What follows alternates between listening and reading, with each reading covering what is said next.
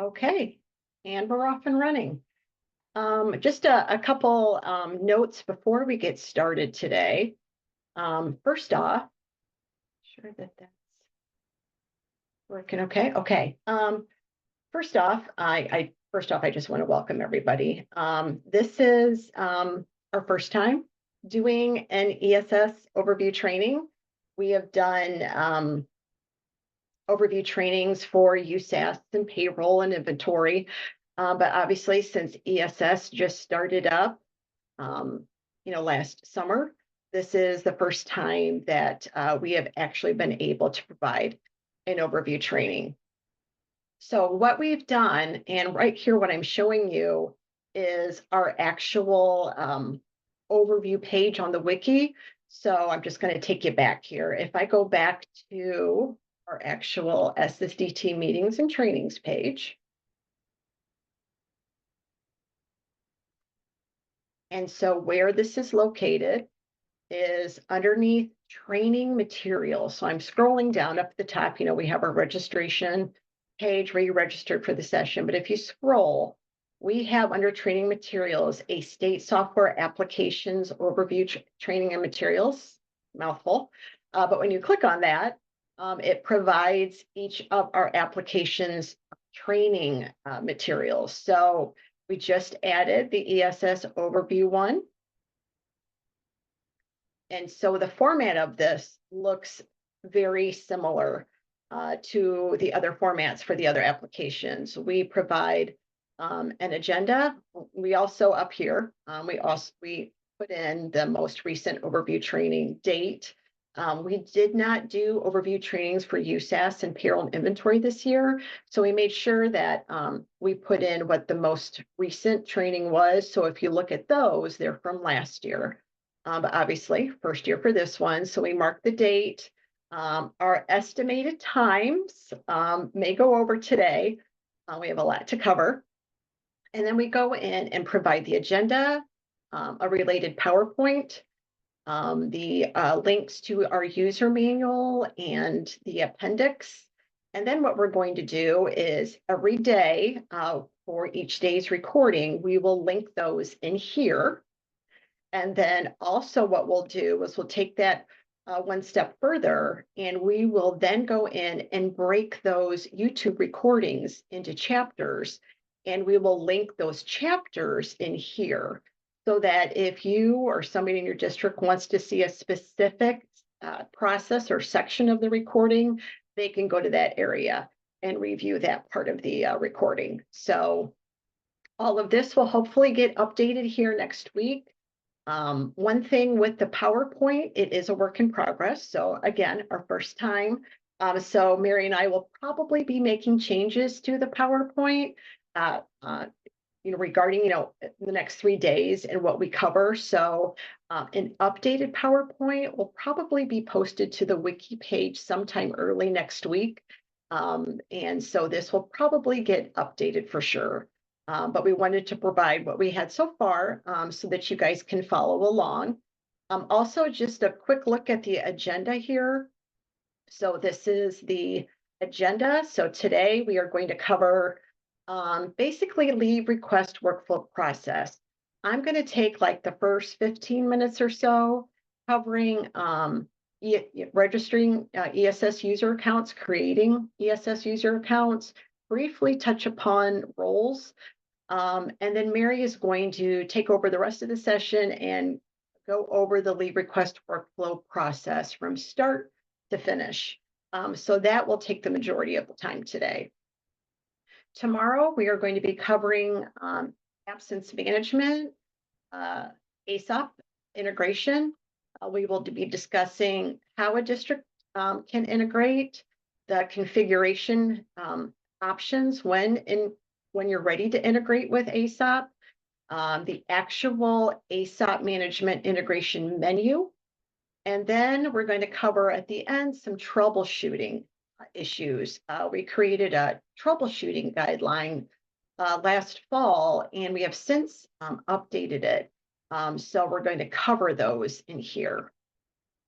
And then on day 3, we're going to switch gears and we're going to go into timesheets. And we're going to talk about the timesheet guideline, a page that we have there out there on the wiki, and really dig into the timesheet workflow process.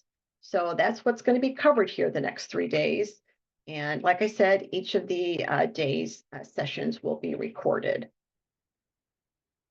Okay, let's see what else. Anything else I wanted to cover here?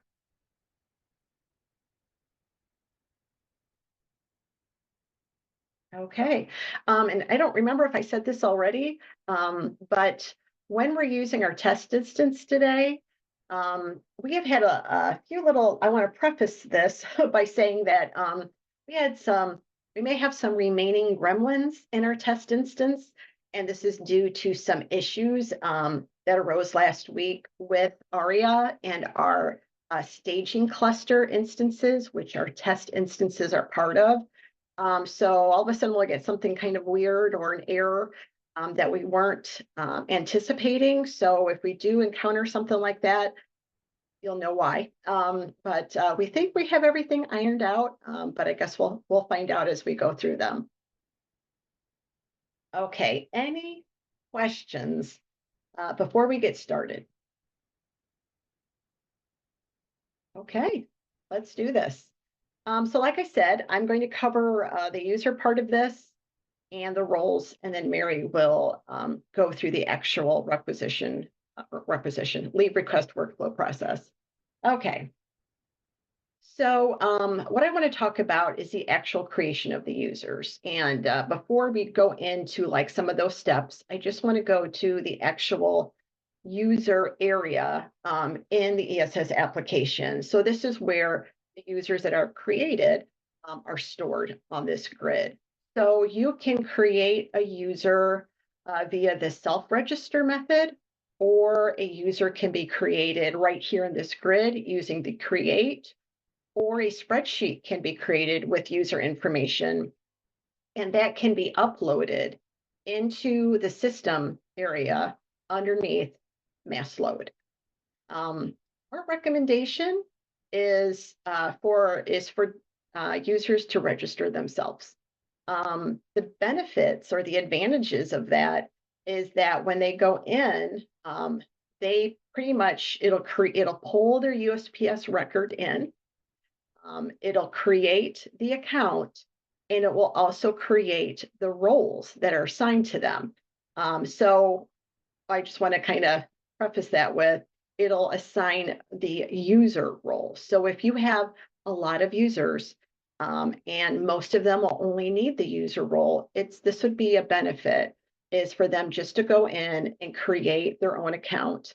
That way they go in, their user role is already created, the user account gets created, and then they're responsible for going in and setting up the permanent password. So we're going to go into that here and talk about creating an actual user account via the self-register. So I'm going to take us into that area here. I'm going to go up to our actual link where we have the employee self-service user manual. So on this link, it goes in and describes how to register, how to self-register, register user option.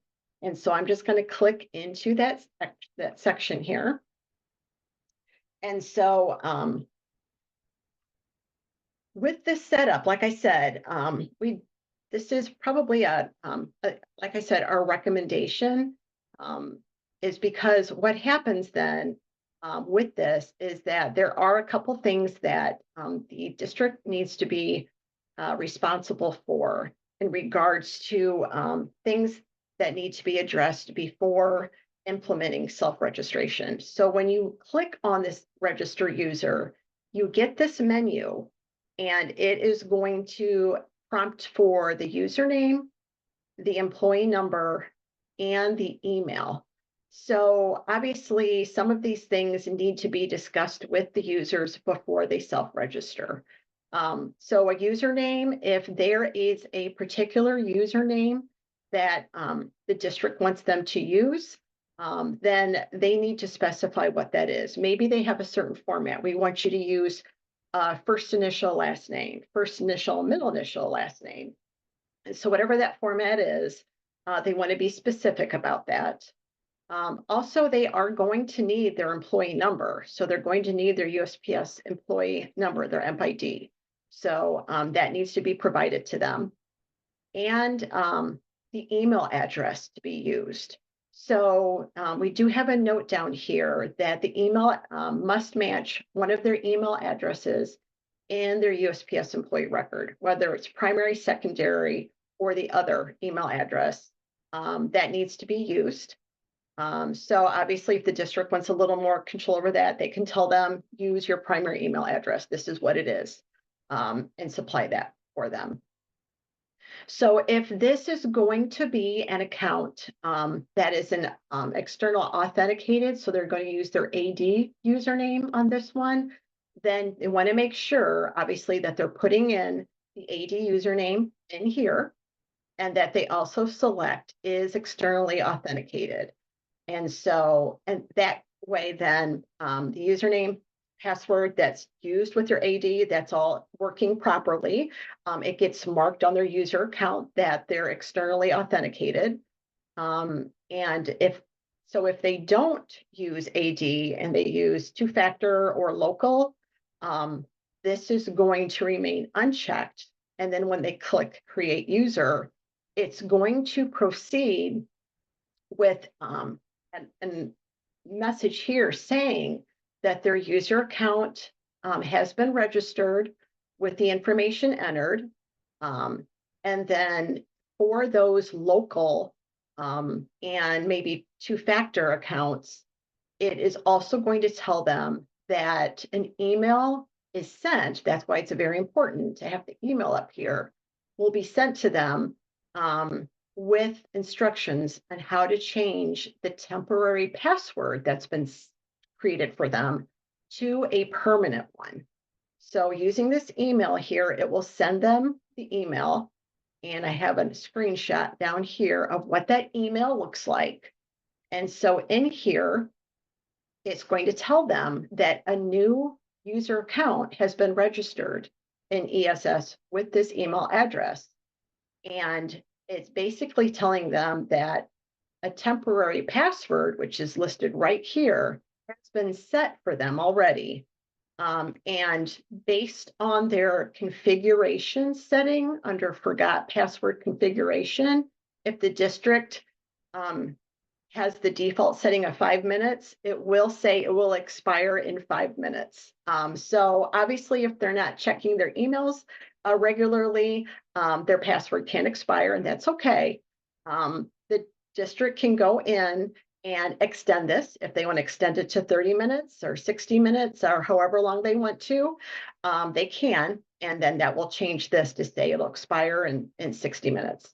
But if they don't reset the password within that password time limit, that's okay too, because what they can do is on the actual user login, there is an option to go in, let me go back up, select forgot password. So that is something that, when you do, if they are going to self-register and you are giving them the information, what their username should be, what their MID is, the email that they should be using.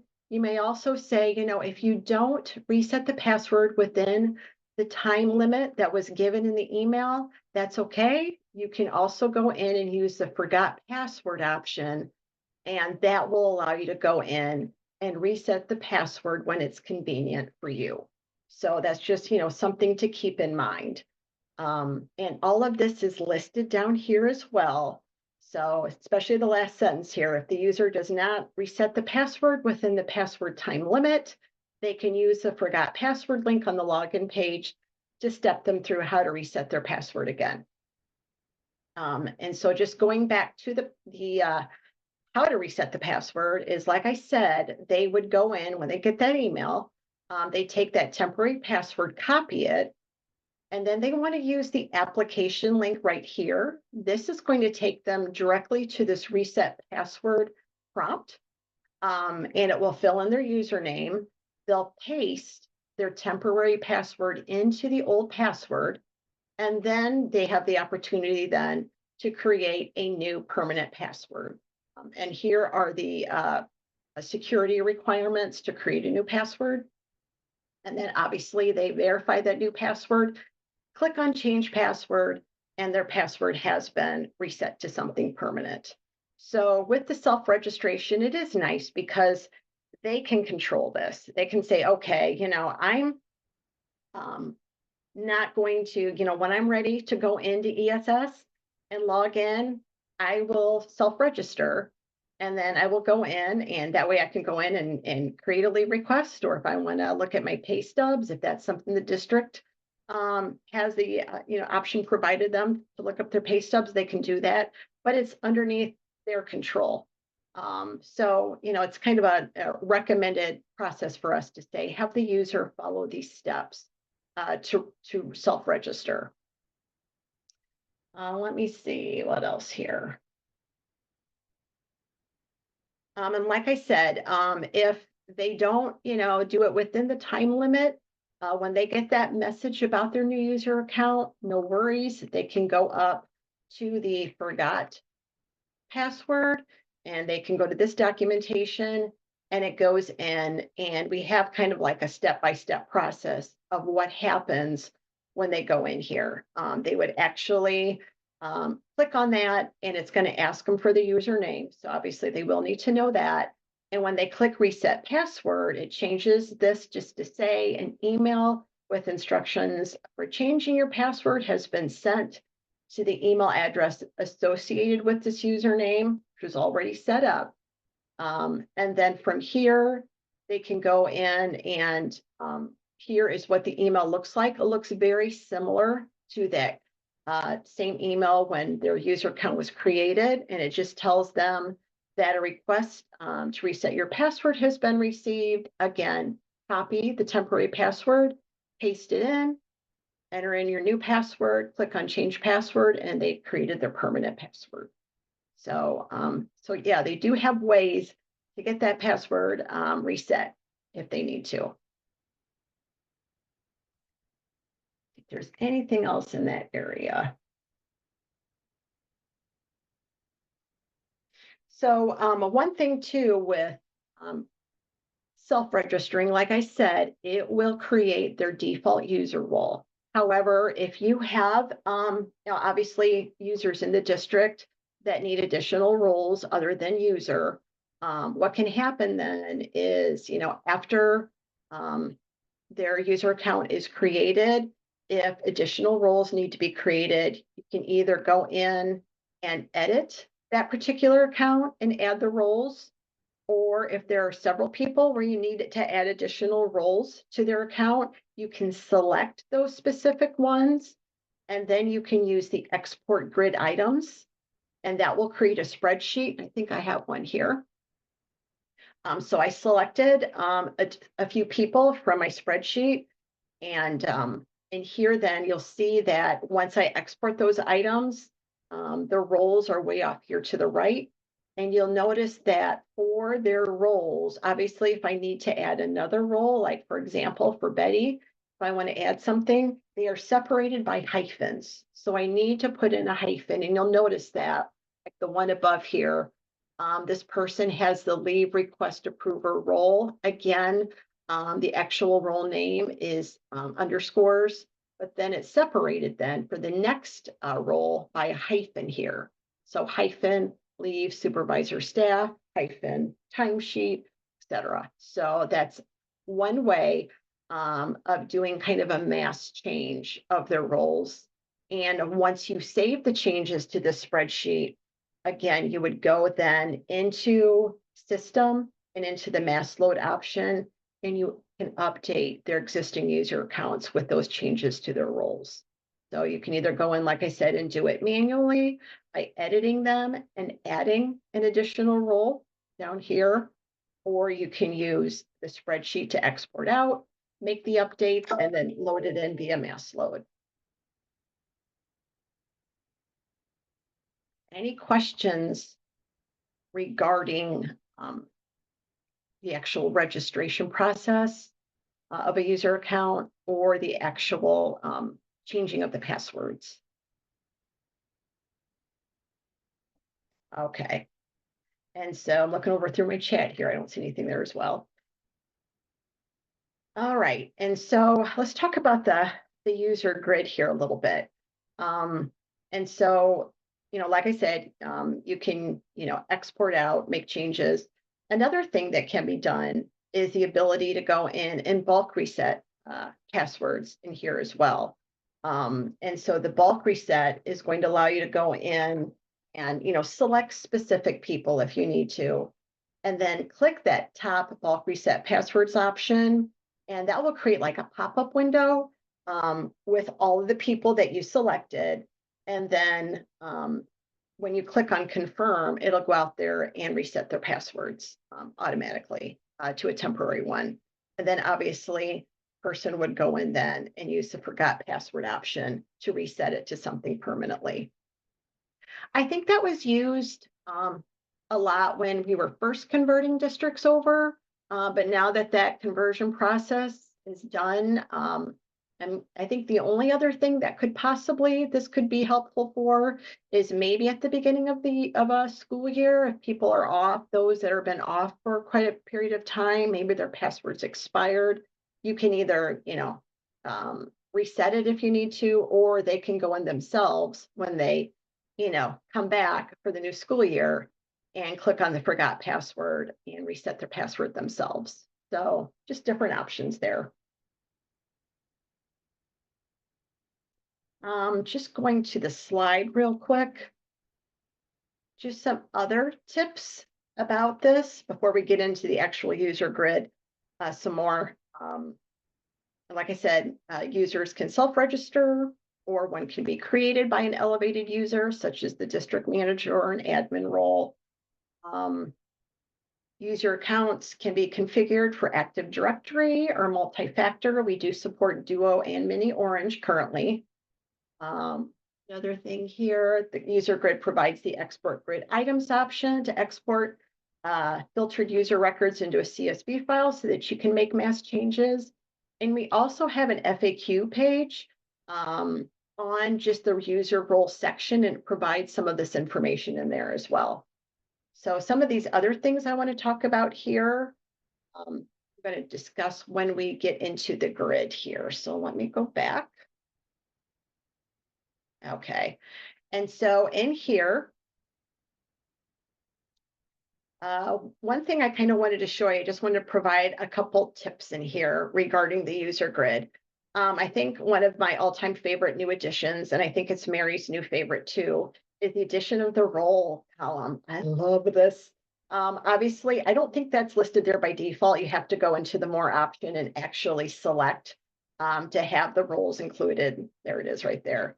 But this is great. And I love the filtering of it too. I can go in and select more than one if I need to. So it's just, yeah, it's just really neat here.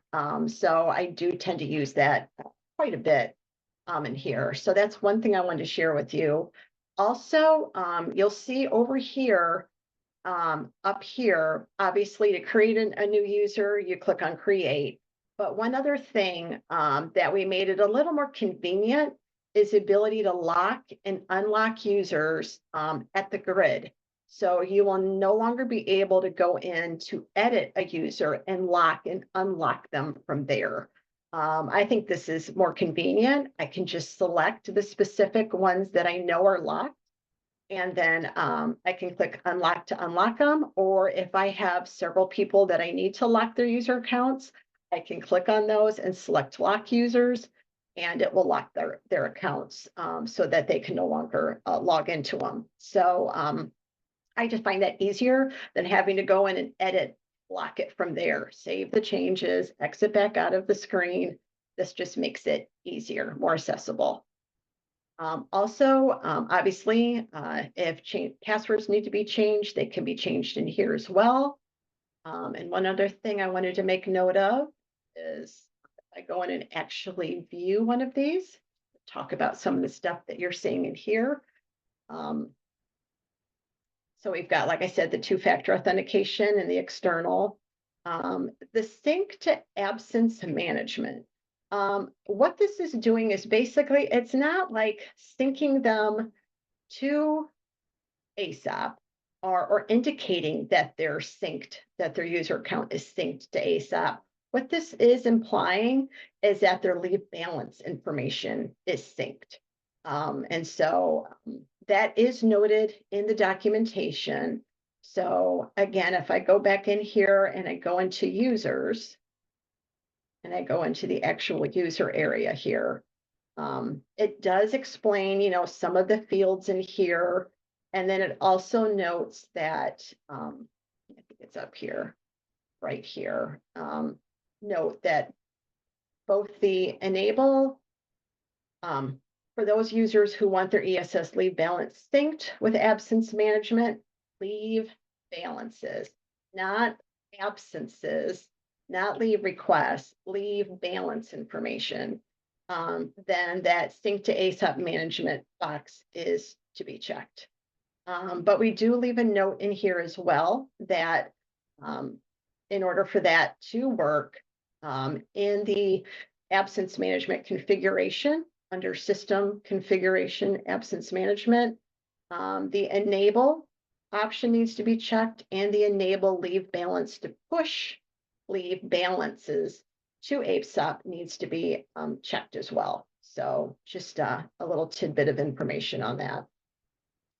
One other thing in here is, and I'm going to close out of this fields in here, is you do notice that it does allow you to delete. This is something I think that's still being discussed, but for now you are able to delete a user account. It doesn't delete their leave requests. It just deletes the user account. And if for some reason it was accidentally deleted and you need to go in and recreate the account, you can, and it will match up to their existing leave requests as well. So, but we really don't recommend deleting accounts. We would prefer that instead you would uncheck this to disable the account.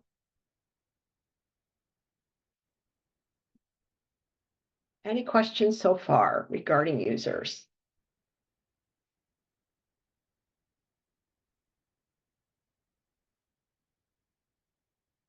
Let me kind of look through my notes here to see if there's anything else.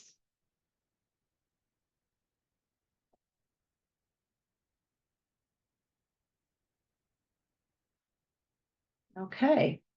The other thing I wanted to talk about is the user profile. And so that is located, it's kind of hidden, but I think it's something worthwhile to talk about, is underneath the actual user option, there's a profile option, and I'm going to log in as somebody else here, an actual standard user.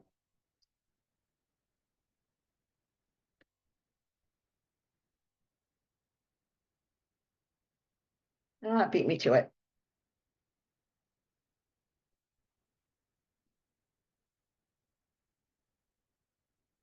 There we go. And so I'm logged in as Susan Dean. Obviously, my menu looks different because she has standard user access. And when I click down here and click on her profile, it displays information that either she has entered in here, as well as it pulls information from her user account. So these first four fields that you kind of see, they're surrounded with a dashed line. These are fields that can't be edited. This information is actually pulled from her user account. So it's very helpful information because one tells me what her email address is, also her actual username. And then also down here, it tells me the role that she currently has. So I see that Susan only has the user role.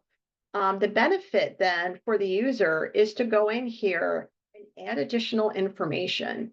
One of the important ones I feel that should be added in here is their phone number. You'll notice when we were in the user account that a phone number was not listed. And so by putting their cell phone number, whatever they want to put in here, it's it would make sense for their cell phone to probably be the one listed in here, whether it's their work phone number, they want to put that in here, their mobile number. They would enter this in here, and what will happen then is when they create a leave request, that phone number is displayed on the leave request, so that if for some reason their supervisor needs to contact them regarding something, they've got the phone number there. Also, on the email notification, so when they submit their leave request and they view their email notice about that their leave request has been submitted, the phone number is listed in there. It also will be displayed for the approver that needs to approve the email. It'll have the phone number there. So in case their supervisor looks at the email and says, I need to ask them a question about this first, the phone number is right there, so they can contact them. So that's, I feel, a pretty important one that the user can put in here. Also, just some other things in here. They don't like the bright color and they want it to be in a dark background. They can select dark mode. If they are opting out of receiving leave request emails, or if they're a timesheet user and they want to opt out of timesheet emails, they can do that. Also, they can set a default start and ending time. And that's nice for their leave requests. So I can put in 8 to 4. And then when I go in to create my leave request, it will default the start and ending time with 8 to 4. So they don't have to go in and actually put that in on their leave request. So it just saves them a little bit of time. So yes, once those settings are made, they click on save, and those will be saved permanently. If they need to go back in, got a new cell phone number and they want to change that, they can do that. Their start time is changed, they can do that as well. So they can go in at any time. This is specifically a user preference type of option and make those changes. And you'll see here too, they can also change their password from here. So another opportunity for them to change their password.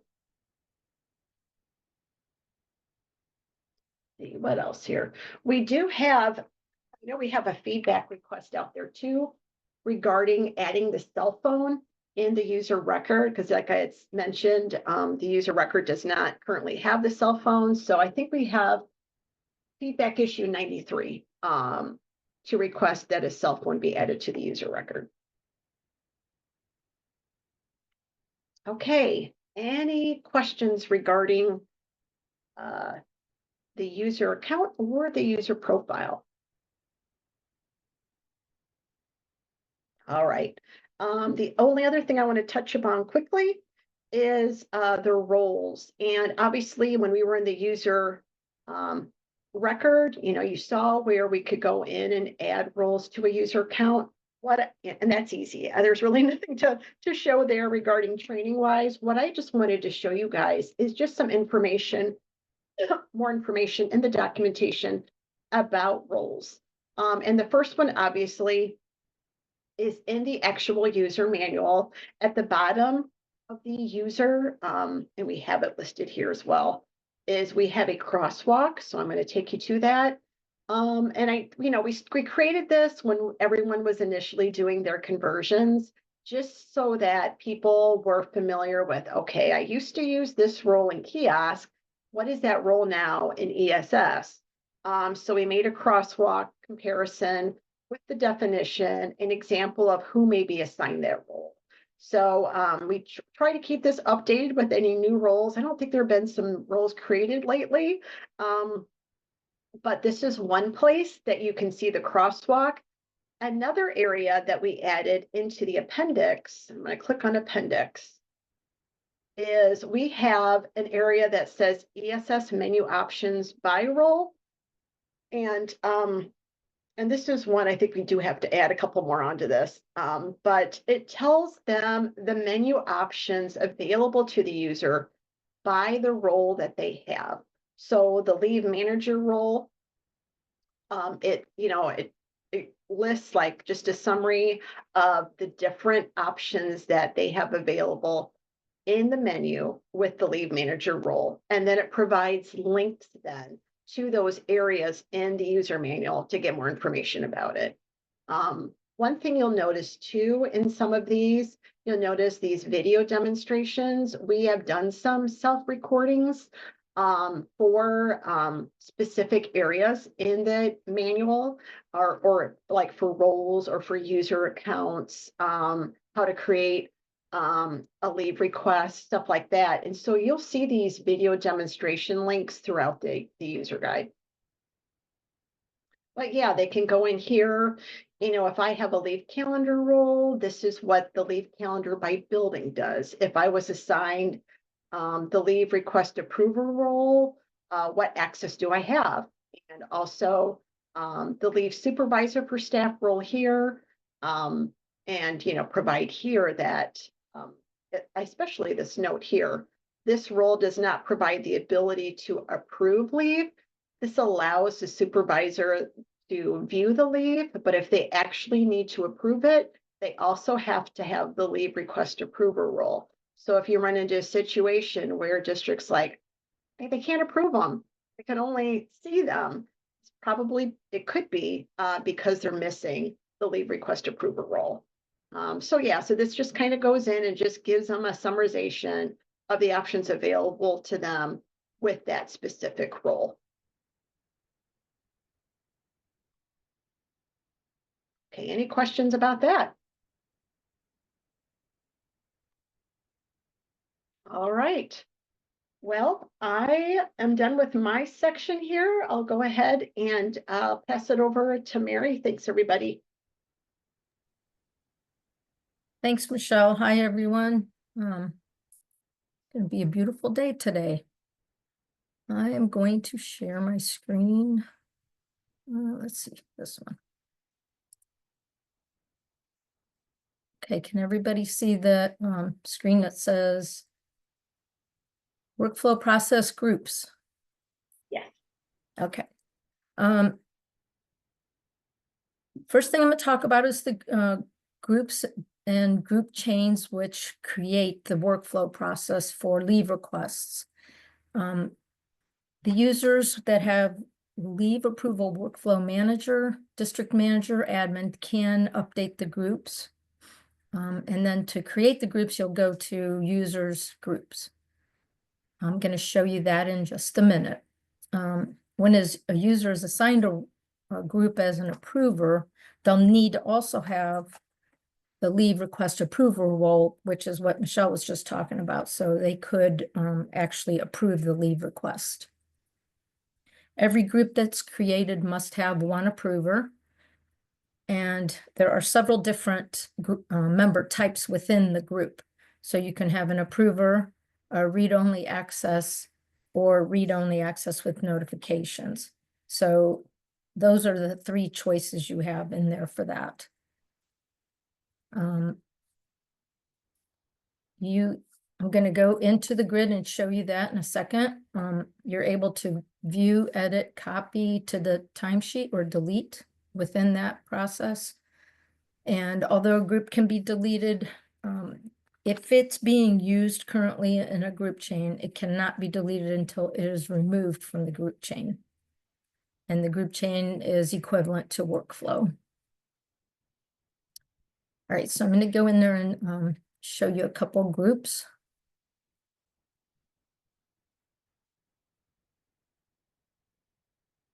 All right.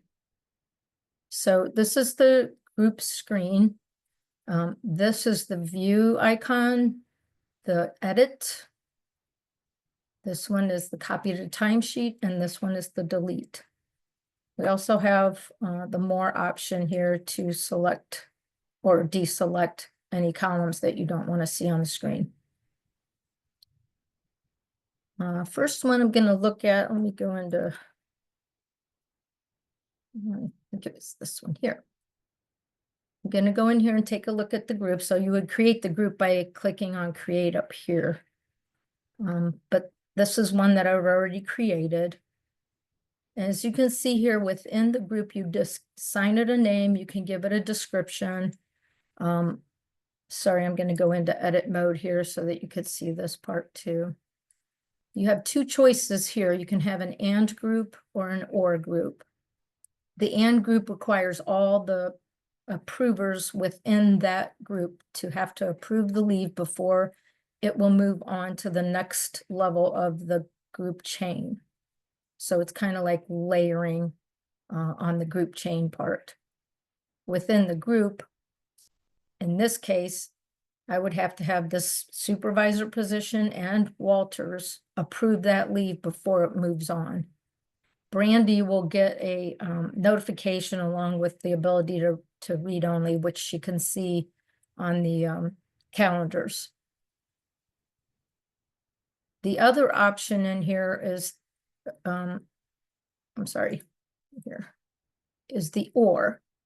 If you select an or option, it will mean that they can either approve, this person can approve, or this person can approve. And then it will move on to the next level of the group chain. Also within here, there are two unique options, and the first one is the position supervisor, which you see right here. The position supervisor actually reflects back on the USPS supervisor that's listed on that position, so that it's you don't have to put a named person in here. You could put the position supervisor in there. The other unique one is the manager, which is this leave manager. And that one will send the leave off to any leave manager that's any person who has that leave manager role within ESS. Any questions on that? Okay, that's our groups. And we suggest that within the groups, you are judicious when creating those, that there aren't so many of them. And I know it's a district decision, but I would start simple and then build from that. Okay, I'm going to make sure I got everything on that one before we move on to group chains.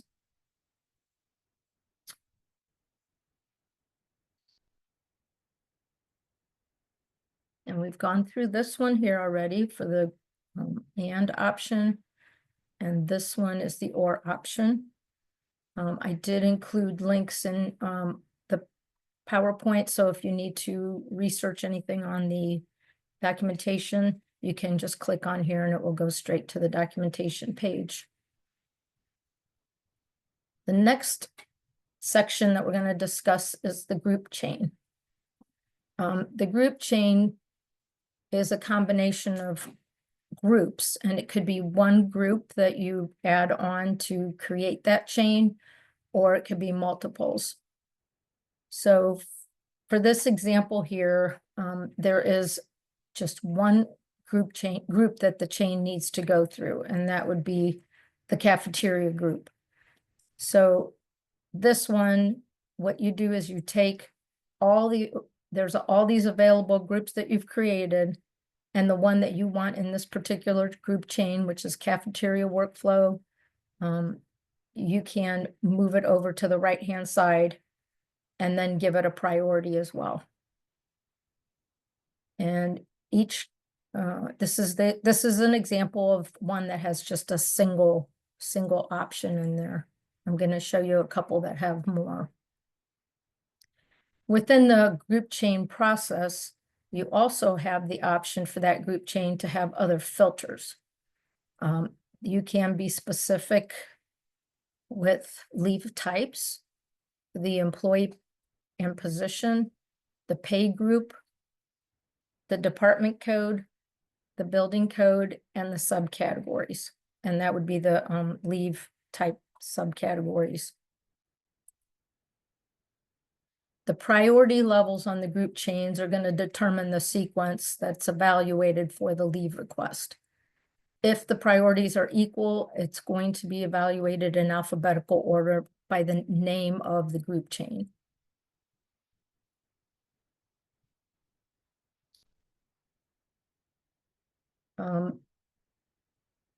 Once all your group chains are created, you can see them on the leave request group chain grid. You can include more or less columns on the grid by using the more option. And we do have a lot of nice columns there to help you review at a glance to what's in each group chain. You can view the matched employees that are in that group chain. And if you make any changes, this is the only caveat that I want to give you, is that if there are any changes made to the groups or group chains, it's going to trigger notifications to approvers and view and notify staff. So you need to be real careful when making a change on a group chain. Okay, so I'm going to go ahead and go into the group chain screen, and you get there from going to users and then group chains.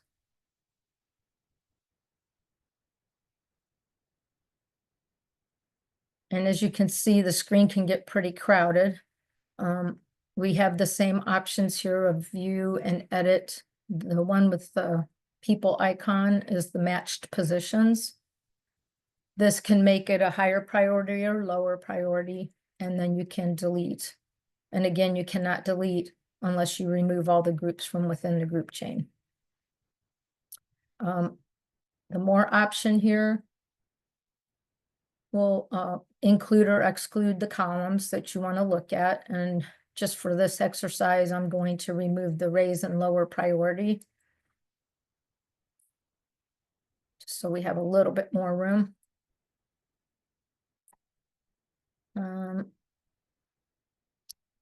The other thing I wanted to tell you about this screen, if you raise or lower a priority, it also will trigger the notifications.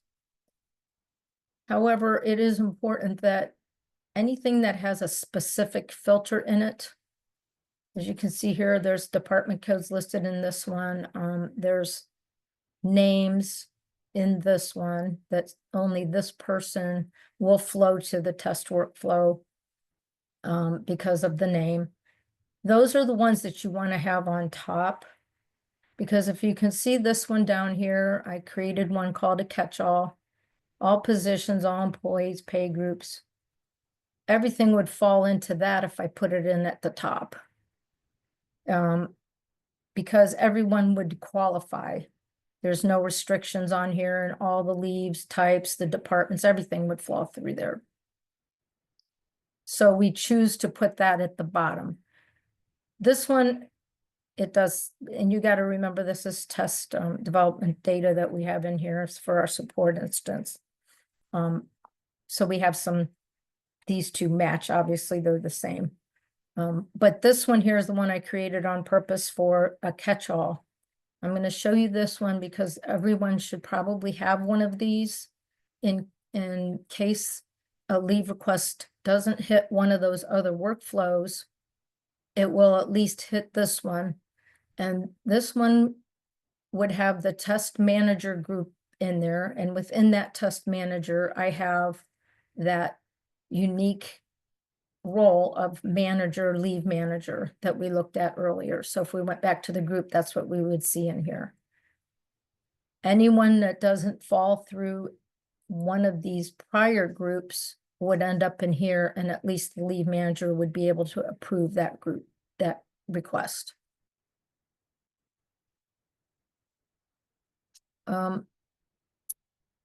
I am going to take a look at the two that we're going to use today for creating leave request.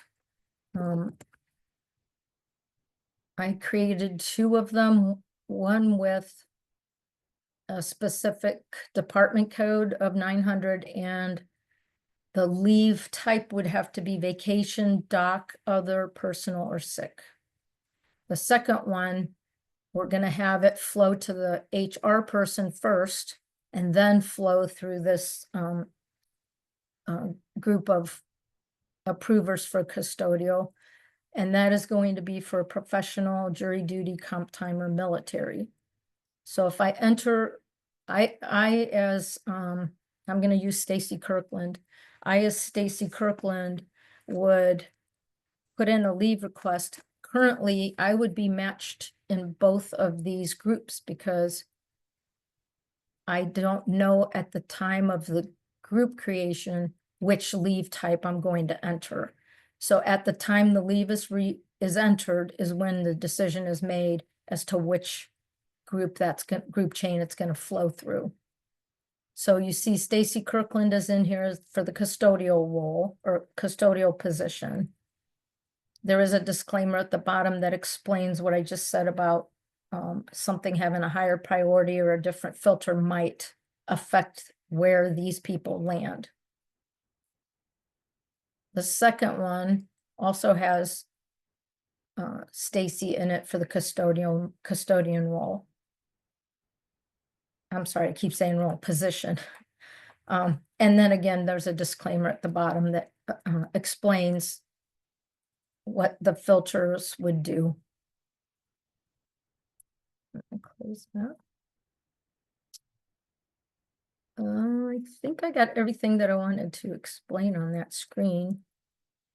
Are there any questions on that?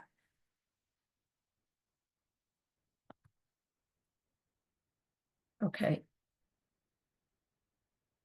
The next slide I have is for the leave type configuration. And I just wanted to briefly talk about that one because it gets put into the system about the time you create, you get everyone started on it and you create this leave type grid and then you forget about it. And there's some things on there that can affect you later on, like you may want to change.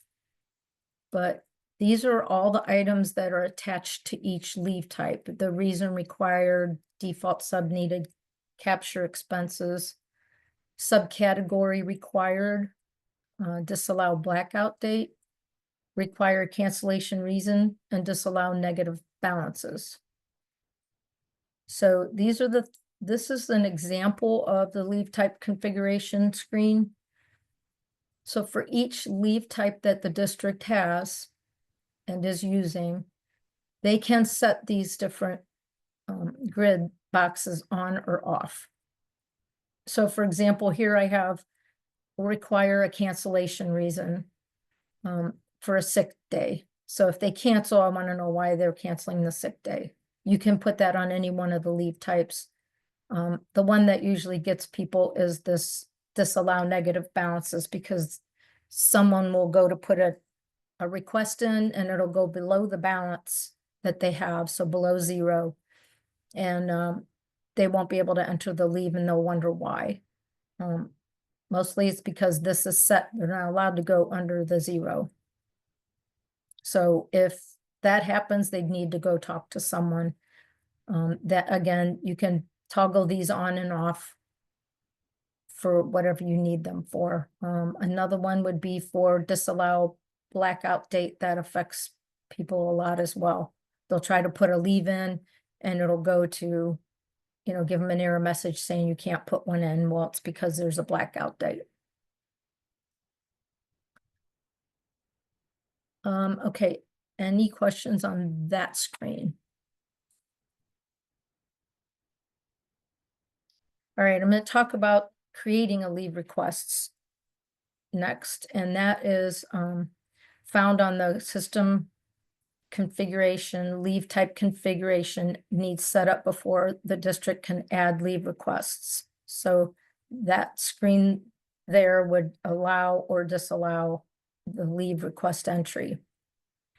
Anyone who is a user or any other role can add a leave request when that's turned on.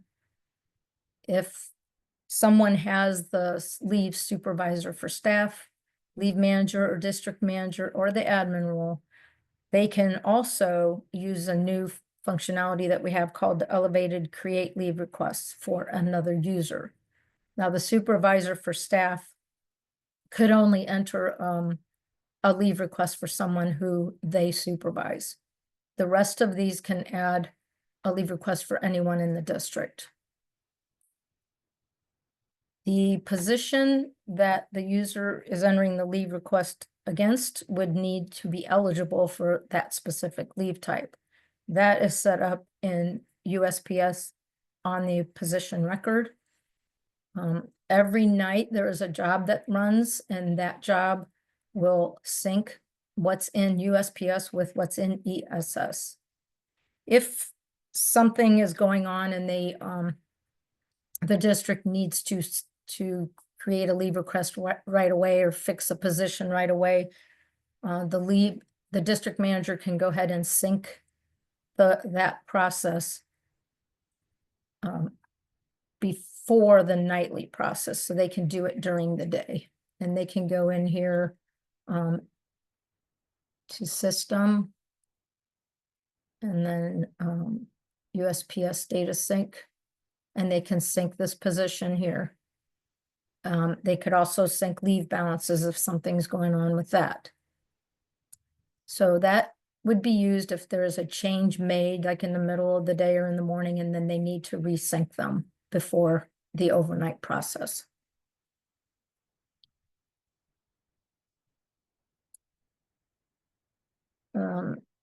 I'm going to go ahead and log in as Stacy now and show you what I'm talking about, which leave requests go into which section of that group chain.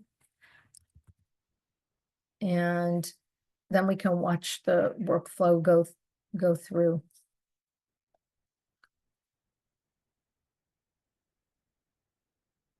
So this leave request area contains the section where you would create the leave request and her current leave request that she has.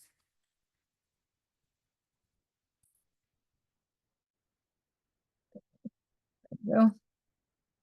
So she has a lot of leave requests here, because we keep using her as a guinea pig.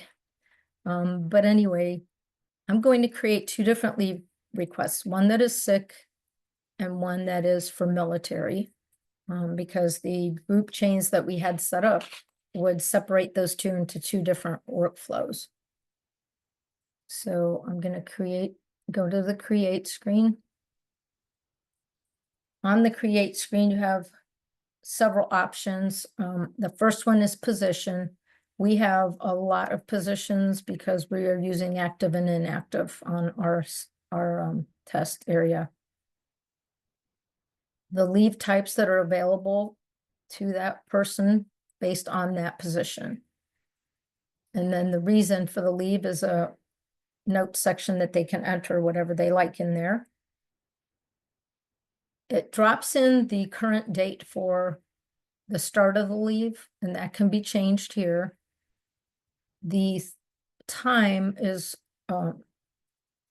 real important to have them fill out that profile section if they want the time to drop in automatically. Otherwise, they would have to type this in each time that they enter a leave request. So it is helpful to have that set up from that profile section that Michelle talked about earlier. Then you enter the end of the leave and then the amount of time requested. We have a default set for half a day. Then the person putting the request in would have to change that. The phone number drops in again from that profile screen. You could add any comments you like and any comments for the substitute. And this also displays their supervisor and the email for the supervisor. The employee is able to check or uncheck substitute needed here. If depending on the configuration, this could be set to where it automatically defaults in and then would need to be changed afterwards if you don't need a substitute. So I'm going to go ahead and create our first leave, which is the sick leave. I'm going to use this custodian position. And then it requires me to enter a subcategory type because we have that as a requirement. How can I tell it's required? Because there's this little asterisk here. So anything with a little asterisk means that it needs to be entered in or you cannot save the leave.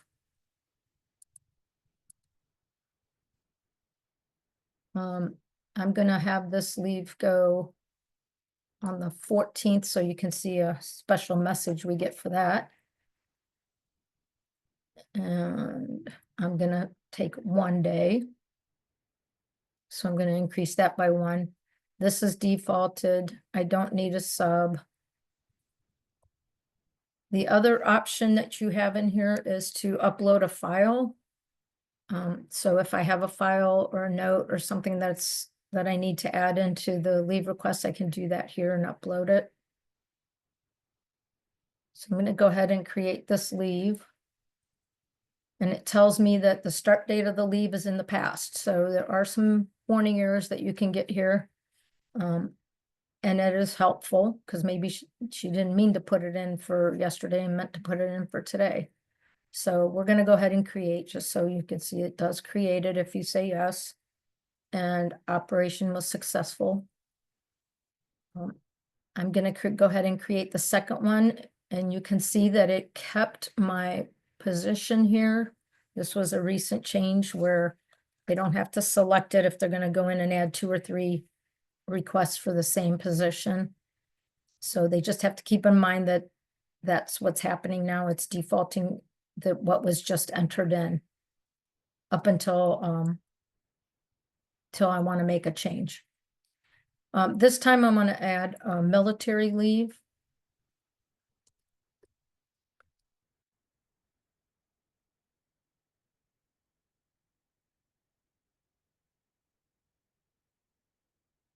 And that one I'm going to say is for Friday. Times are set in there already. And you'll notice the end date of the leave is Friday as well. And I can change any one of those to be whatever I want. And now I have to add the amount of time. So I'm going to add a whole day there. The phone number drops in again. The comments are there if I want to add a comment. And I'm going to go ahead and upload a file just so you can see how that works. A small one here.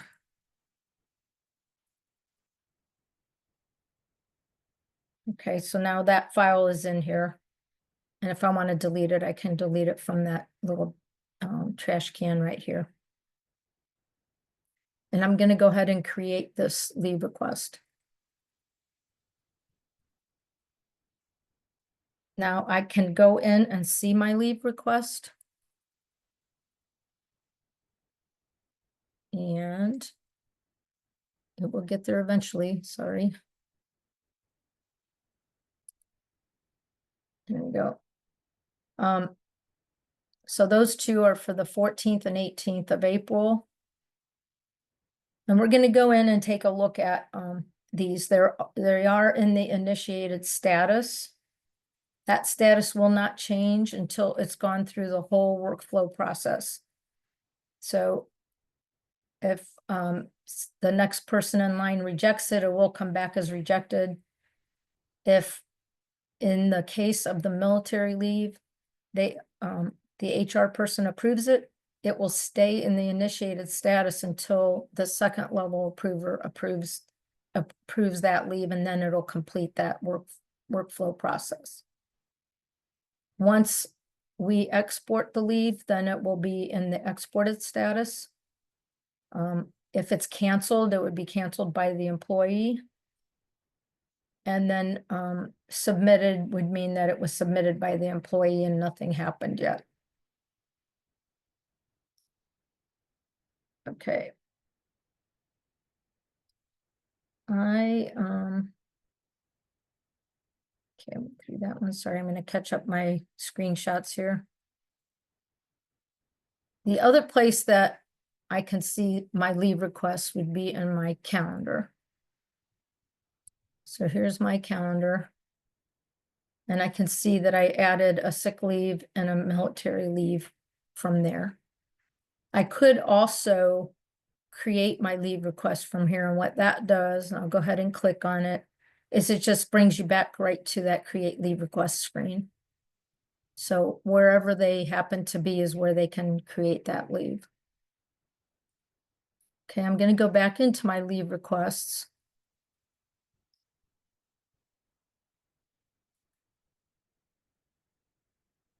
There you go. And we're going to take a look at these. So this first one will give you, the first page has the details.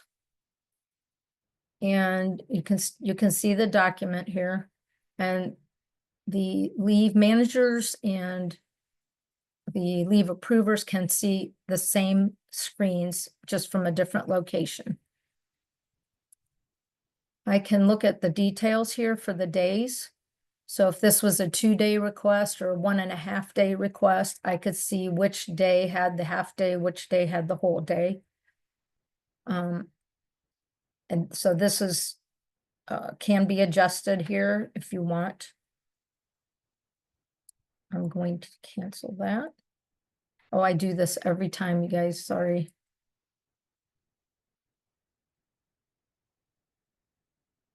So the third tab, I went to the first and second, and I always forget to go to the third. The third tab will tell you which group chain the leave request will flow through. This one's going to go through custodian A, and it is this request here for sick. This one, the military one, is going to go through HR leave workflow. And if you remember, we set that one up so that the HR person can approve first. And I think that was all I needed to tell you about these. Oh, no, wait, I do have a little bit more.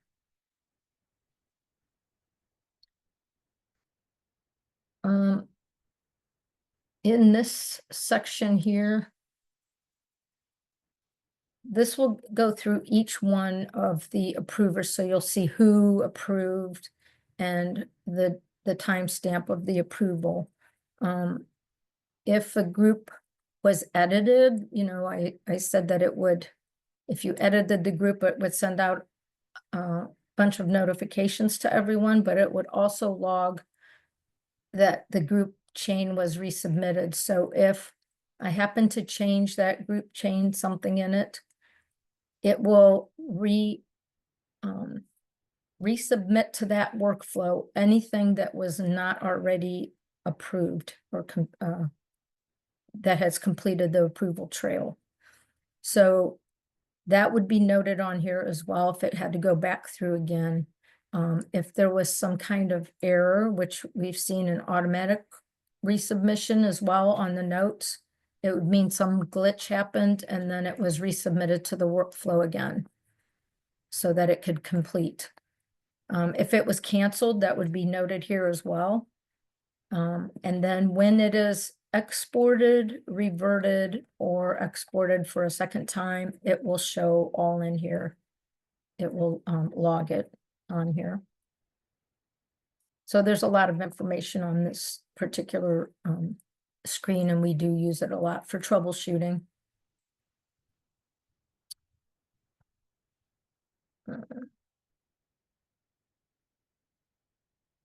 Any questions on creating the leave requests and how the workflows are picked? Okay. The next section is the elevated create leave requests. So if a supervisor would need to enter a leave request for one of their staff members, they can do that. Leave manager, district manager, or admin role can do the same thing. They can use that elevated create leave request screen, and they can create it for anyone in the district. So I think I will go in as the supervisor first. So for Stacy, the supervisor is Brenda Mullins. So when Brenda comes in here, she can enter a leave request for any one of her staff members. She can also see on her screen the leave request that Stacy entered in for the 14th, but she cannot see the one for the 18th yet. And that's because that one went to the HR approver first. So let's say there was gonna go in here under leave request for her. And under the elevated create leave request, this is what they'll see first. So they'll have to pick an employee, and her list of employees is short. So she can pick any one of these. And I'm gonna go ahead and pick Stacy again. And I can create that leave request for her if she calls in and she doesn't have access or whatever the reason. Make sure that you pick the right position. Pick a vacation day. And I'll use today's date because we didn't use that one yet. And I can put in a half day because maybe she's leaving for the afternoon. And she needs to type in a reason.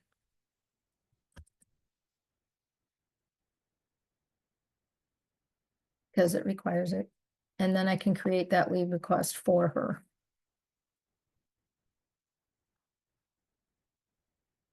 Okay, so then now we're going to go back in and look at the, I'm going to go ahead and go into use supervised leave.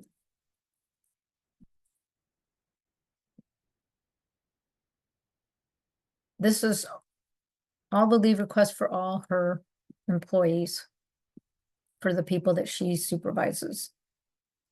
She can see that right there on the view supervised leave screen. If I want to approve the leave requests that we entered in, can do that from this home screen. And I can either approve or reject right from here. And I can do the same for timesheet, but Michelle's going to go over that on Thursday. So I'm going to, you can either approve from here. I'm not going to, you can do all of them from there. Or you can go to the leave request approval screen. I can sort or filter for any one of these items across here. So if I want to define Kirkland, these are the leave requests that are in there for her. I can do the 14th and the 15th, but I still don't see the one for the 18th because it's still not here. So I'm going to go ahead and approve these, and then they come off the screen.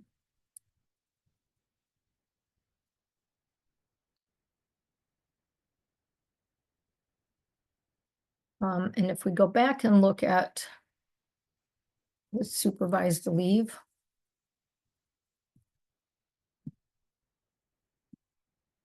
and I'm sorry, my screen gets a little slow when I'm using Zoom, so I apologize for that. So she can see that that one's initiated, but she can't do anything with it. The vacation and the sick still say initiated, even though she approved it, right? Because it hasn't gone to the next level of the workflow. But if I go and look at the leave request approval trail, I can see where Stacy submitted it and Brenda approved it.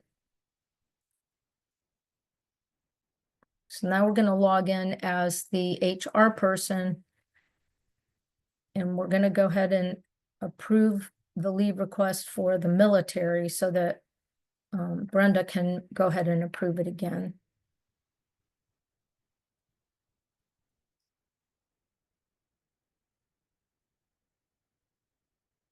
Oops, wrong person.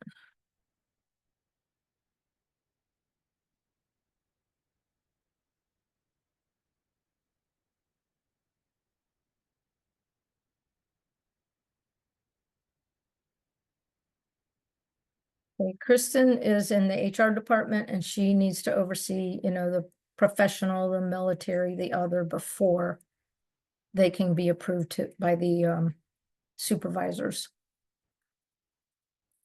So again, I can approve or reject from here. And I'm going to do that on my home screen for this one. And then it's gone from their screen. There is another person in their workflow for for the custodians, and that is M. Bailey.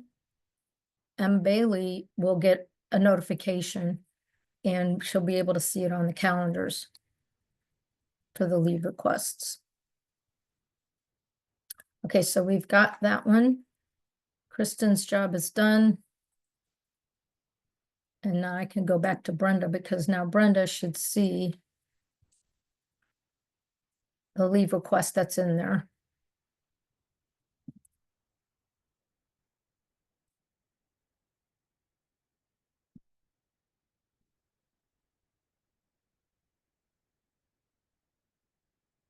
So here's the leave request for Stacy on the 18th at the bottom here of the screen here. So we're going to go ahead and approve it from the main screen.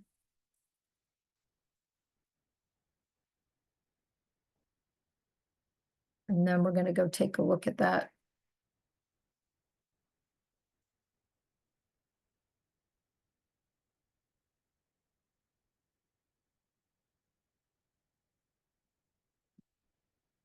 So this is the military one. It's still in the initiated status.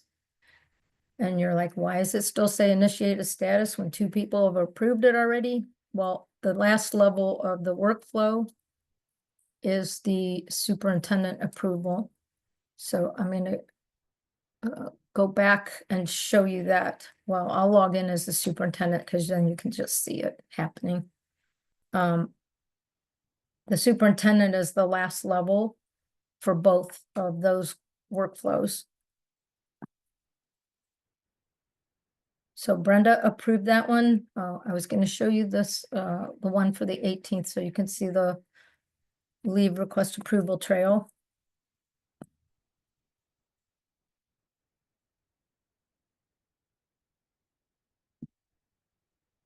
Yeah.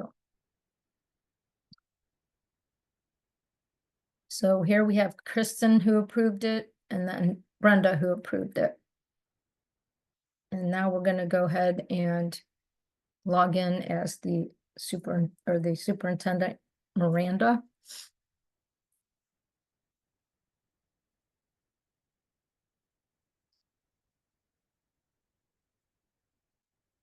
That again.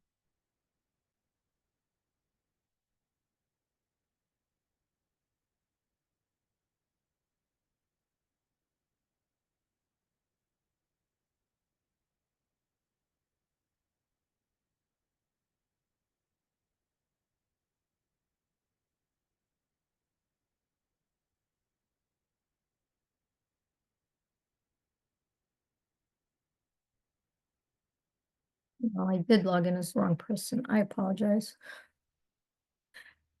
I have it in my notes. I just wasn't reading it.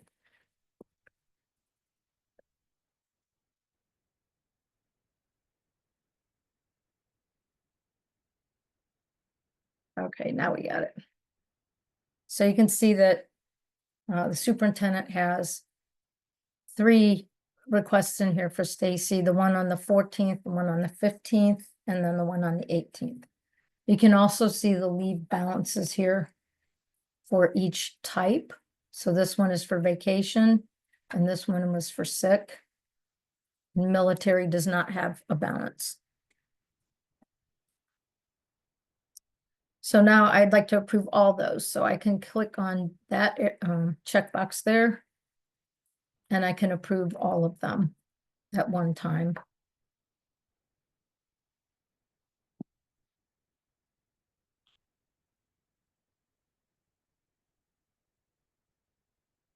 Okay. I'm gonna go into my next screens here. So we did do that. We approved them from those screens. You can also reject from there. If I didn't mention that, I'm sorry, but yes, you can approve or reject from both of those screens. Make sure I told you everything I wanted to tell you on that one. And Bailey was notified.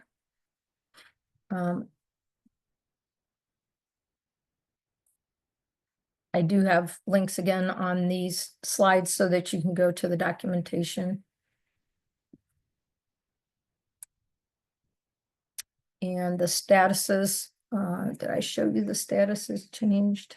They stayed initiated, but now they should be approved. And we'll take a look at that. And from the superintendent screen, I'd be looking at the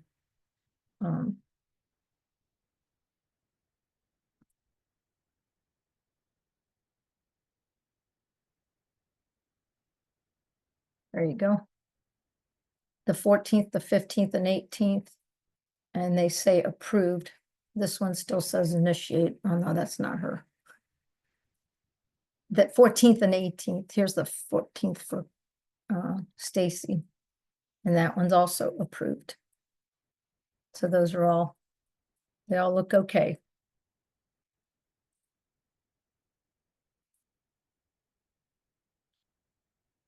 Michelle, one of my screens dropped. Are you guys still able to see my presentation? I can see your instance right now. Okay, good. All right. I'm gonna flip back over to here. Yep, and I can see your presentation too. Okay. One other grid that I wanted to show you, and this is also in the documentation. We had some questions about when, in what status people can edit a leave request. This grid is available. I have a link to it there, but the requester can, and on the initiated or rejected, make changes. Once it's approved or exported, they can only update the professional leave expense area. And if it's canceled, no one can update that leave request.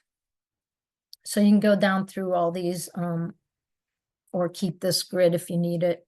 Keep it handy so you know where you can change that leave request. I just wanted to mention that so you know where it's at. I'm going to show you the supervisor area again. They have the ability to see a couple other things on their screen. So they have a screen called Supervisor Leave Analysis. I do have one comment in there in the chat. Would like to see the leave request audit trail show the user and or leave approver what steps are left for approval. Okay, I understand that. You might have to look. Yeah, thank you, Michelle. Let's look and see if we have a feedback on that one already. Okay, I'm going to go back to this. This is the leave request view analysis for the supervisor. The managers can see this as well on their screens, but I'm going to go back in as her supervisor, B. Mullins, and we'll take a look at a couple things on that because it is a pretty handy report. And I shouldn't call it a report, it's a grid. Sorry about that.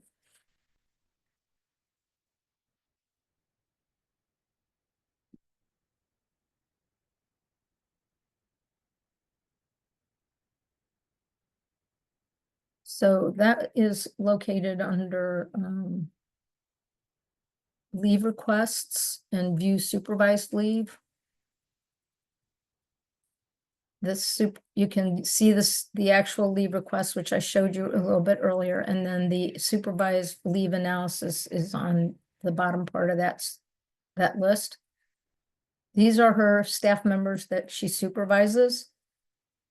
She can see details about each person's leave down here when it's selected. So right now I can see like the sick balance, vacation, personal, whether they're archived or not. And under the more option, there's a lot of other choices here that you can add on to the screen. if you need them. If you don't want to see them, you just unclick them and they come off. But I'm going to select Stacy and Brianna. And if I click on see leave for selected, it's going to bring all the details down here for every leave request that they've had. So for both of them, I can sort it by name or last name. The approval status, if I want to see what was approved, rejected, or I can sort by the date.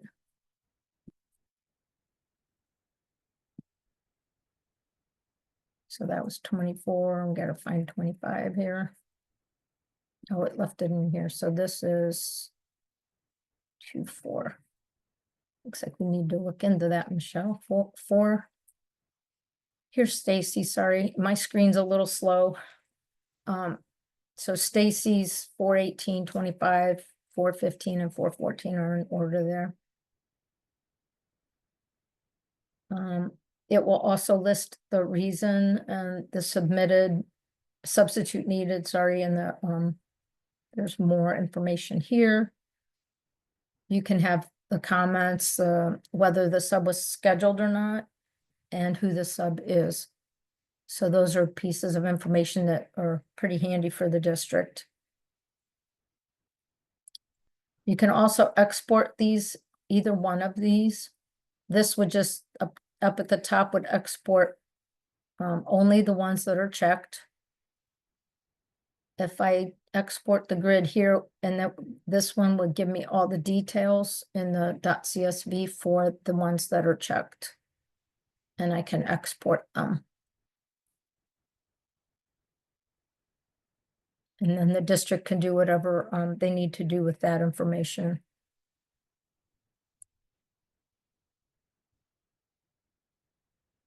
Okay, I'm going to go to the next one. So we did look at that.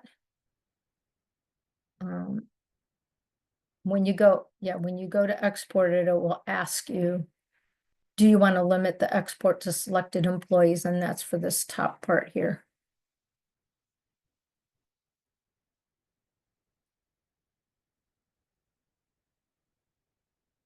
And that's what I have for leave supervisor information. In the next section, we're going to talk about leave requests that we want to escalate. If for some reason the approver is unavailable and can't approve a leave, the leave manager, district manager, or admin can escalate and approve a leave, which will bypass the workflow process. So once it's approved, it can be viewed on district leave and district leave calendars, as well as the users' calendars and the supervisor. I will go in and show you that screen. And that is going to have to be logged in as.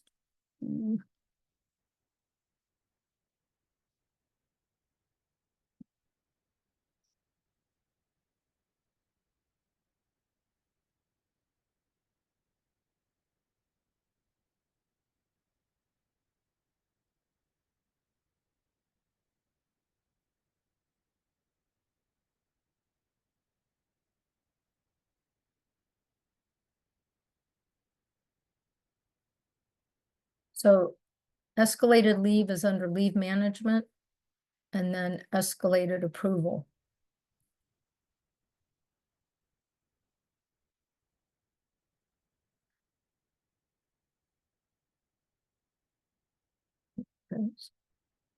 And the admins can see all the leave in the district, of course, and so they can go in here if somebody needs a leave approved quickly. They click on the one that they want to approve. And I want to make sure, yeah, that's an old one, so that's good. And then I'm going to approve that. And it just bypassed all the workflow for that person. Again, I'm sorry, my screen's reacting slowly. There it goes. The people that can do this are, again, the admin, the district manager, and leave manager.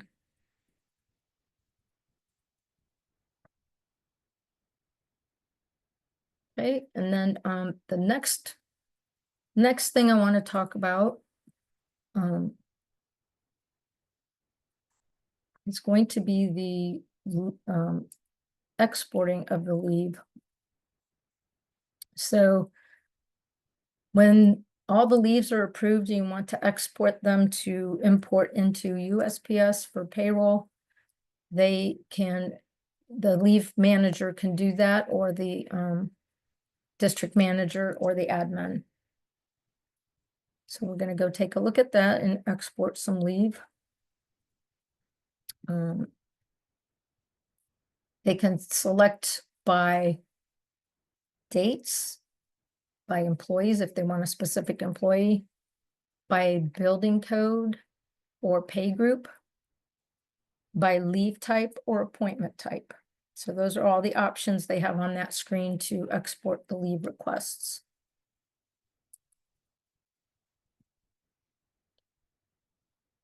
After they select the ones that they want to export, they have several choices.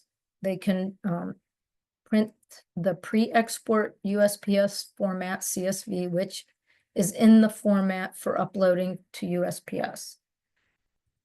But it does, when you run that, it doesn't mark them all as exported. The actual export does that. With direct to USPS option, all the leave that is appearing on the grid is going to post to USPS automatically. It will give you a .csv indicating how many leave were exported and if there are any errors. The print grid extract report contains all the information as the same as the pre-export report, with the addition of the employee name. So you'll see the employee name concatenated with the employee ID. Excuse me. Once the leave's been exported, it will be updated in ESS to an exported status. And that leave run will be stored under the exported leave history menu. So this is what the three options look like. And we are going to go in there and export Stacy's information in a second. And I did show all three options here. Here's where you have the choice of either exporting to CSV or direct post to USPS. And then we will get into the exported leave history right after that. So I'm going to go ahead and go in here. And we're going to go to export leave requests. And again, you can see dates, so I can just pick certain dates. I'll do April 1st. Any of these can be exported then. I can either click on the ones I want to export or select a specific employee if I want. And here's the pay group or building codes. And I could do, leave type. If I just wanted to pull out just the sick days and pull those in, I could do that. And then the appointment type would be classified or certified. Here's the leave types. And I'm just going to pick on the three that we created. And I'm going to show you the print grid extract first.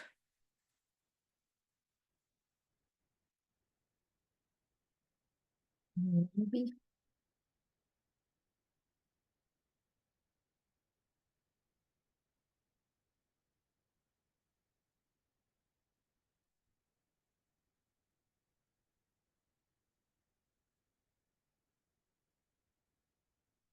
I can get it this way instead.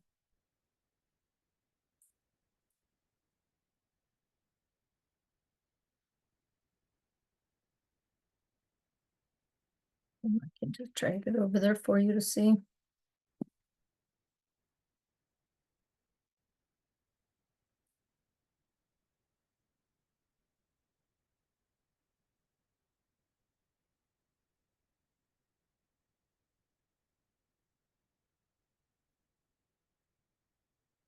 So you can, you can see on this one that it has the position, the employee name and ID number on there.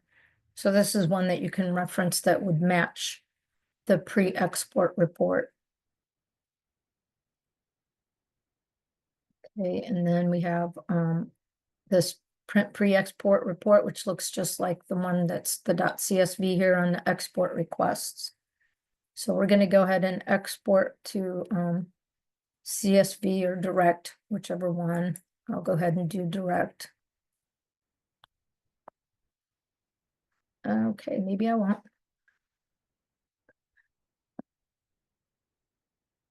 Oh.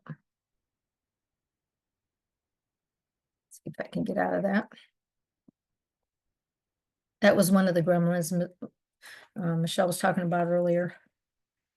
So we'll check into that today. We found our first one. Yeah, there we go, right?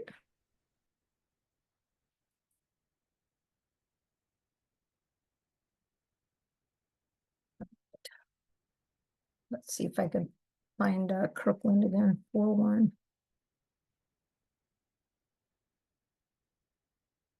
And I'm gonna go these three. Well, I probably can't even do it to CSV. I bet it's gonna still give me the error. We'll try it. I would try it, yeah. Oh, Both of them. Okay, okay. we got Mary, it. Yes. Mary. Sorry, this is Michelle at Neonet. That I had, and that's exactly the error my district was getting this week anytime she tried to export from either option. Okay. We'll take a look at it then today. Did you put a ticket in, by the way? I did, and Okay. they had sent me to MCOs ECN because they host our databases, but they couldn't find anything wrong. And I was able to export, but the district, they ended up eventually being able to export. They had to switch their browser, and then it happened again when they tried to export docs. So it seems to be like you just have to like fiddle around with where you're pulling it from, I guess. I don't know. Thank you for that. It did work for me on when Monday or Friday, sorry, and then Monday it was not working. So I was hoping it would be working today, but oh well. Okay, so we're gonna say that worked. And we're gonna move on to export leave history here.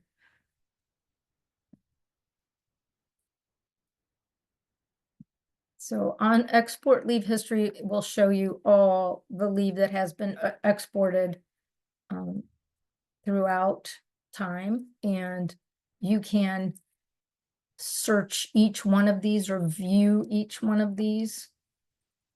On here, you can go in and see what was exported out, the actual details of it. I could also re-export again the leave. And then this one here is a revert leave. If I go in here to look at this one has that tells you the number of requests that were exported on each one. This one has a lot of them.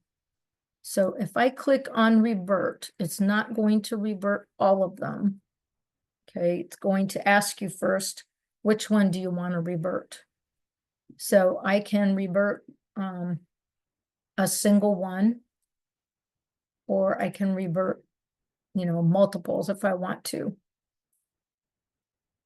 And I guess I'll try doing that one, see if this works today. And what that does, when you say revert, it will remove the exported flag, exported status from that leave and put it back into the approved status. And Once it's in the approved status, then you can move on and do whatever you needed to do with it. If the user needs to cancel it, then it can be canceled.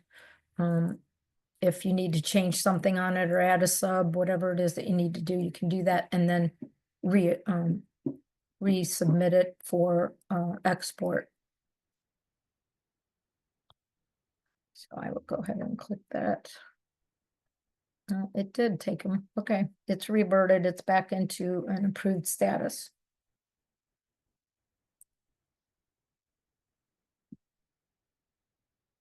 Excuse me. All right, the next slide that I want to talk about is on the same screen, you have something called a combined exported leave detail report. I can select several of these, so if I want to know when somebody's leave was exported, I guess I'll have to go back a little further there. So I have these 3 exports since December. And I can combine all these into this report. And it'll put everything that was exported out into this grid. And from here, then I can print that detail with the column headers and take a look at them again. This will help you find when somebody's leave was exported. Or if it has been exported, I should say, within that period of time. And then I can print that report.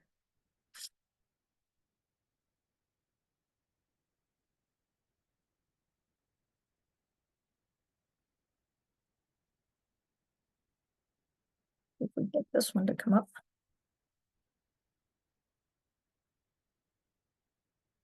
So that would look just like this. And if you need to re-import those into USPS, you could do that too. It's in the same format.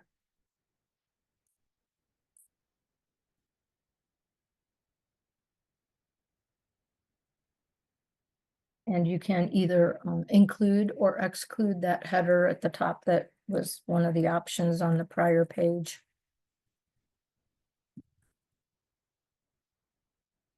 I do want to let you know on the revert that I showed you.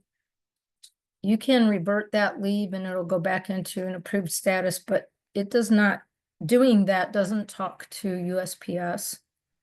So if you do something like that, you would want to notify your payroll person, let them know that that was reverted if they need to know that.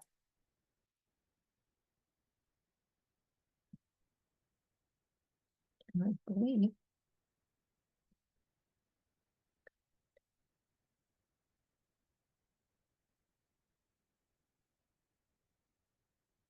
does anyone have any questions on the combined report? So if I, like I said, if I wanted to print the column headers on it, I could. And they can keep that if they want.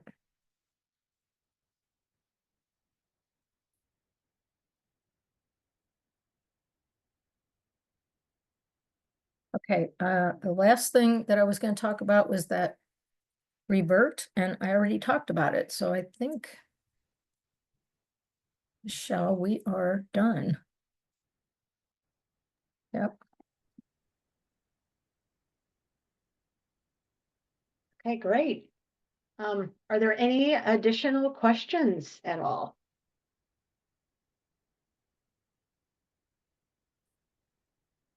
Okay, looking through chat, I don't see anything. All right, everyone. Well, we want to thank you guys. Hey, Michelle, I'm sorry, this is Vicky. I couldn't find my mute button. So I'm gonna put a ticket in for this, but is there anywhere I had it? Okay, my brain moves faster than my mouth. So I had an employee that put in professional leave, and she put in 20 hours of professional leave from noon on Wednesday to end of business day on Friday. But in her profile, her starting and ending times are 7:30 to 3:30. So by her putting in 20 hours, that was incorrect because it should have been 19 and a half. But on the daily details, it put in 7:30 to 3:30, 12 to 3:30, but charged her 4 hours. Is there anywhere that the system is doing calculations? Like, does the system know that 12 to 3:30 does not equal 4 hours? Does that make sense? What I'm trying to say?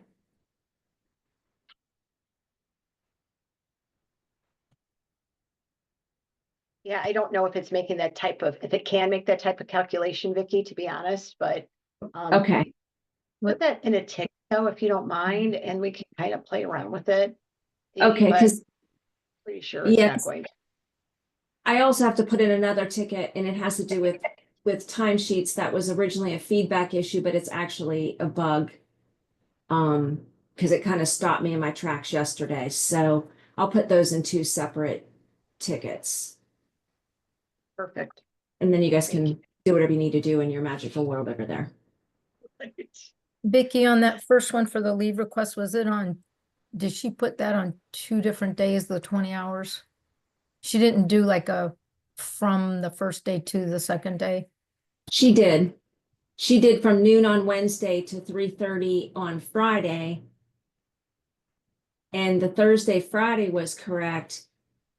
But Wednesday, it calculated it 4 hours, which the whole issue was she put 20 hours and it should never have been 20 hours. So I think the system plopped in 8 and 8 and then put the remaining in on that Wednesday. Okay, But her starting and ending time is 7:30 to 3:30. So it really should have, it was like a combination of errors. So it really should have only been 3.5. But I didn't know if the system like did any weird calculation behind the scene that says 12 to 3:30 is not 4 hours. I don't know if it does, to be honest. I'll yeah, I have to don't, look. Okay. I'll throw a ticket in. Thank you. Thank you. Any other questions?